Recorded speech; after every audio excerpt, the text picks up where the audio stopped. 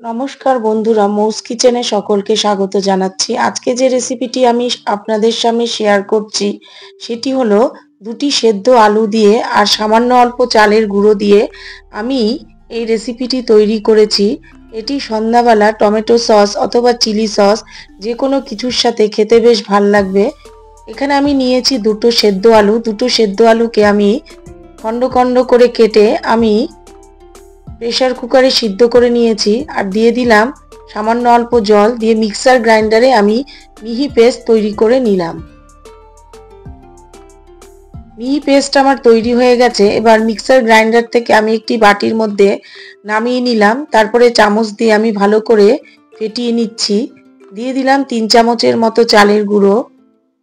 তারপর এর মধ্যে আমি দিয়ে দিচ্ছি হাফ চামচের মতো চিলি ফ্লেক্স, দিয়ে দিচ্ছি সামান্য অল্প ধনেপাতা কুচি, দিয়ে দিচ্ছি দুটো লঙ্কা আমি কুচি করে এর মধ্যে দিয়ে দিলাম।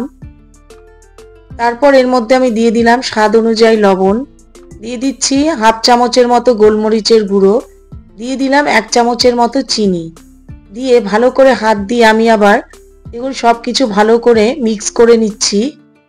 এরপর অল্প অল্প জল দিয়ে আমি ব্যাটারটাকে একটু পাতলা করে নেব। এখানে আমি হাফ কাপের মতো জল ইউজ করলাম। আবার সামান্য অল্প জল দিয়ে দিচ্ছি।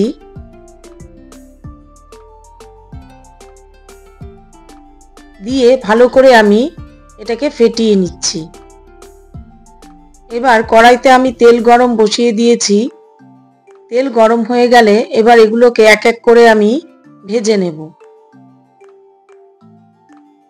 আমি ঠিক এই টাইপের ছোট ছোট বড়ার মতো করে আমি এরকম করে ভেজে নিচ্ছি। মিডিয়াম ফ্লেমে প্রথমে আমি ভেজে নেব। এইভাবে উল্টে দিলাম আমি।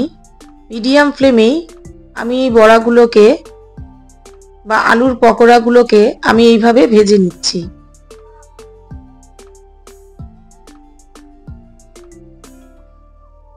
এগুলো ভাজতে খুব বেশি সময় লাগে না।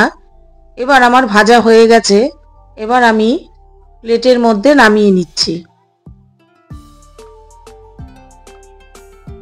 সেকেন্ড ব্যাচেও আমি ঠিক এইভাবে ভেজে নেব।